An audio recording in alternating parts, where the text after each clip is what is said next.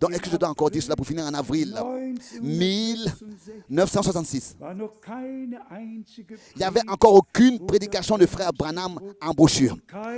Et aucun homme se souciait de ça. Tous, n'est-ce pas, après le départ de frère Branham à la maison, étaient repartis à la maison déçus parce que justement la résurrection du prophète n'avait pas eu lieu comme il l'avait attendu et l'avait même annoncé. Oui, et ensuite un frère Franck s'est tenu là et revient à la maison de l'ensevelissement. Et cette fois-ci, ce n'était pas une voix audible, mais cela parlait dans mon cœur. Maintenant, ton temps est arrivé pour distribuer la nourriture. Et la prochaine pensée a été, mais les prédications doivent être alors traduites. Il n'y en a même pas, elles ne sont même pas en forme de brochure. Alors j'ai convoqué les frères. Et j'ai dit, les prédications qui sont sur les bandes magnétiques doivent être imprimées, mises en brochure, car nous devons les traduire, nous devons les avoir comme matrice pour pouvoir traduire.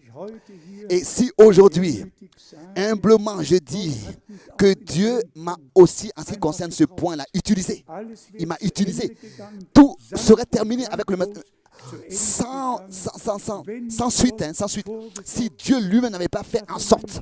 Oui, il y en a qui pensent que c'est orgueilleux de le dire. Non, je ne le dis pas avec fierté. Je le dis avec humblement et avec humilité. Et je le dis parce que c'est vrai. Dieu a conduit les choses ainsi. Je le dis pour sa gloire.